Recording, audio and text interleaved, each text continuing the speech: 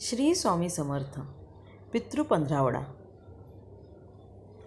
पितृपक्षाच्या तुम्हाला सगळ्यांना शुभेच्छा असं नक्कीच म्हणता येणार नाही आणि ते योग्यही होणार नाही, कारण या पितृपक्षाचा थेट संबंध आज आपल्यामध्ये नसलेल्या आपल्या पितरांशी आहे.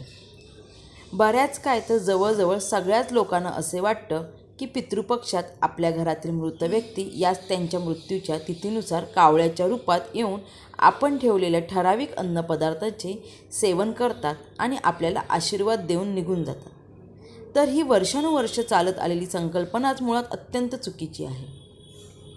पितृपक्षाचे 15 दिवस म्हणजे आपल्या पितरांचे नसून ते दक्षिण दिशेला पितृलोकात वास करत असलेल्या पितृलोकीचा राजा अर्थात पितृदेव आर्यमान यांचे असतात. हे आवर्जून लक्षात ठेवा. सनातन हिंदू धर्मातील मुळात एखादी व्यक्ती मृत पावली की ती पितृलोकात जाते आणि ती व्यक्ती एकदा का पितृलोकात गेली की पुन्हा भूलोकी येत नाही. त्यांना त्यांच्या पूर्वकर्मानुसार पुन्हा जन्म मिळालाच तर तो आत्मा भूलोकी येऊ शकतो.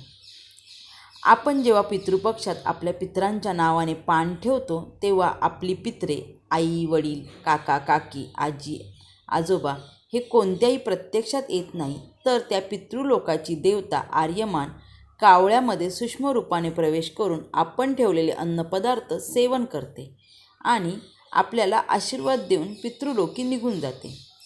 ते अन्नपदार्थ ती पितृदेवता पितृलोकात वास करत असलेल्या आपल्या सगळ्या पितरांना देत असते आणि तेव्हाच आपले पित्र त्या पितृलोकातून आपल्याला ज्यांनी कोणी अन्न दिले आहेत त्यांनाच भरभरून आशीर्वाद देत असतात आणि त्यामुळे सर्व पितरांना पुढची गती प्राप्त होते.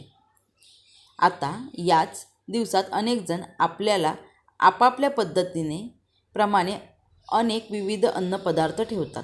उदाहरणार्थ वरण भात, श्राद्धाचे वडे, कारल्याची भाजी, गवार, भोपळा भाजी, पापड, कोशिंबीर, गोड चारोळीयुक्त दूध वगैरे वगैरे. परंतु खरं तर या सगळ्या अन्नपदार्थाची काहीच गरज नसते आणि हेच अनेक जणांना मुळात माहीत नसते.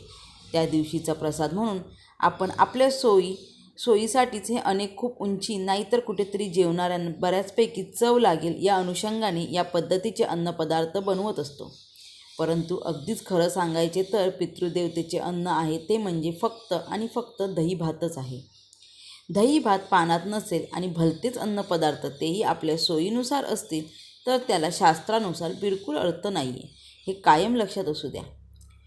तुम्ही काहीही न ठेवता फक्त आणि फक्त दही भात ठेवला तरी निश्चित चालेल. नवे मुळीच तर पितृदेवताला हवेच असते. आपण जर दक्षिण दिशेला तोंड करून मनोभावे पितृदेवतेचे स्मरण करून त्यांना आवाहन केले की हे आर्यमान देवा, आम्ही आपल्यासाठी पान वाढून ठेवले आहे, तेव्हा ते सेवन करायला आपण त्वरित यावे. अशावेळी अवघ्या काही सेकंदात कावळा हा येतोच येतो आणि पानात एक कटाक्ष टाकून बरोबर फक्त आणि फक्त दही भातच सेवन करतो आणि निघून जातो. पितृपक्षात पान वाढताना नेमकी काय काळजी घ्यावी ते पाहू.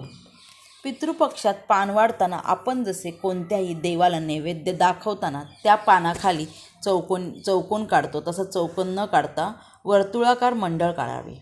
ते वर्तुळाकार मंडळ देखील अंगठ्याच्या बाजूला असलेल्या बोटाने अर्थात तर्जनीनेच काढावे. शास्त्रानुसार तर्जनी ही पितरांना संबंधित कार्य करण्यासाठी वापरली जाते.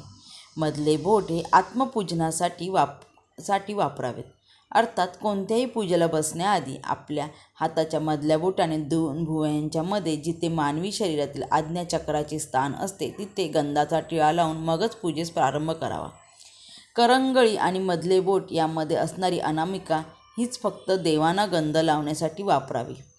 सर्वात महत्त्वाचे म्हणजे पितृपक्षात पान वाढताना त्या पानाभोवती एरवी दररोज घरची देवपूजा तसेच गणपती अथवा सत्यनारायण नैवेद्य दाखवताना तो आपण पानाभोवती डावीकडून उजवीकडे क्लॉकवाईज पाणी फिरवून दाखवतो.